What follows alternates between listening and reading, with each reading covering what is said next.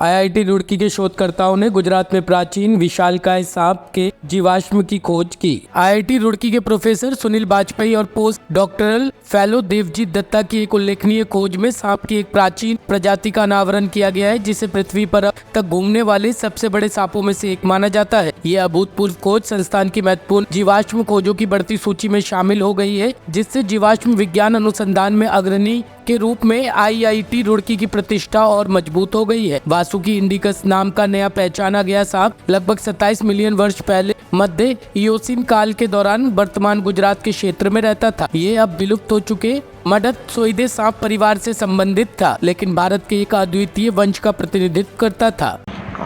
तो पहली बात तो ये है कि ये जो फॉसिल्स है तो ये प्रोफेसर बाजपेयी को 2005 में मिला था। उसके बाद 2023 साल से हम दोनों इन पे काम कर रहे हैं। तो जो पहली जो विशेषता है वो इसकी आकार है। ये सब इनकी रीढ़ की हड्डी है और इन रीढ़ की हड्डियों से हमें पता चला है ये करीबन 15 मीटर लंबा होगा। जो विश्व में जो सबसे बड़े सांप थे उनमें ये एक है। और ये जो सांप है ये मडसॉइड बोल के एक फैमिली है, उनका ये एक मेंबर आप कह सकते हैं। वो सांप अभी विलुप्त है, वो और मिलती नहीं है। बहुत हज़ारों साल पहले वो सांप विलुप्त हो चुकी है। तो जब ये सांप ज़िंदा रहा होगा ये अजगर जैसा ही रहा होगा और खाने के जो जीव ये खाते थे उनमें जैसे मगरमच्छ हो सकता है, बहुत सारी मछलियाँ हो सकती है, कछुए हो सकते हैं।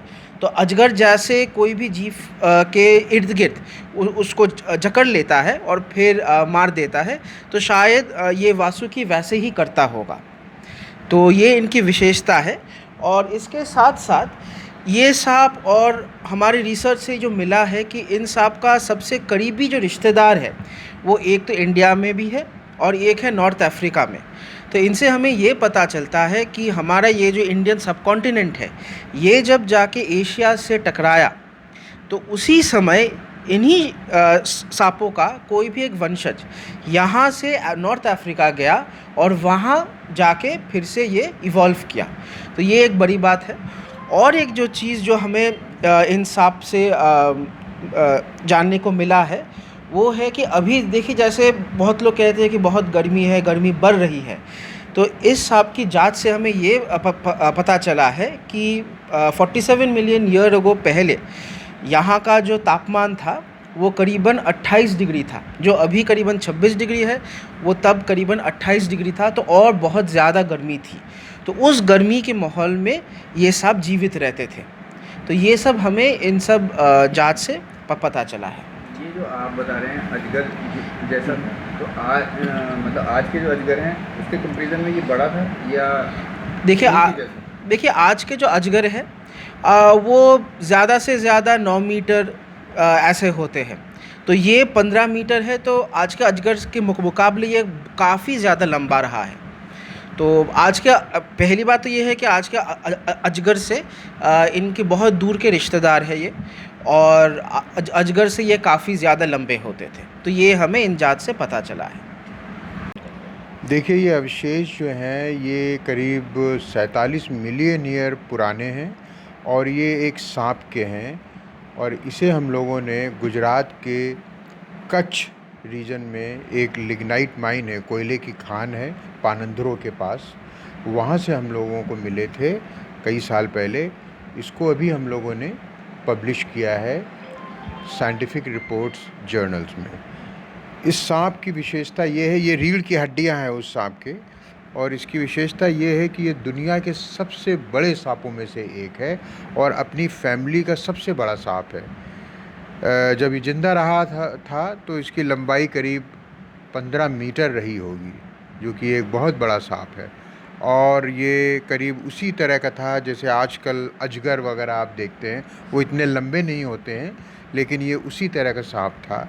इससे ये पता चलता है कि हमारे देश में सांपों का इतिहास बहुत बहुत लंबा है, करोड़ों साल पुराना है। इससे ये भी मालूम चलता है कि इस जैसे सांप जो है दुनिया के दूसरे हिस्से में, ख़ास तौर पर अफ्रीका में भी गए।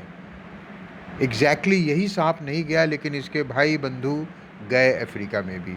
तो ये अपने आप में बहुत एक्साइटिंग फाइंड है और आने वाले समय में हम उम्मीद करते हैं कि और भी हम लोगों को इस तरीके का अवशेष मिलेंगे और हमारी जानकारी और भी ज़्यादा बढ़ेगी इन सर सांप के कुछ बारे सोशल में। मीडिया जो है धार्मिक से जोड़ के बता रही है सर, क्या इसका कोई धर्म से कुछ ताल्लुक होता है कुछ? नहीं नहीं, धर्म से इसका कोई ताल्लुक नहीं है, लेकिन हमने इसका जो ये नया नाम दिया है, चूँकि ये एक नया सांप है और हमारी मिथोलॉजी में भगवान शिव के गले में जो नाग रहता है जिसको वासुकी बोलते हैं, तो एक बहुत अच्छा हम लोगों को रेफरेंस मिल गया कि क्यों ना हम इस भारतीय सांप को वही नाम दें जो शंकर जी के गले। एएनएन ब्यूरो के लिए रुड़की से सलमान मलिक की रिपोर्ट।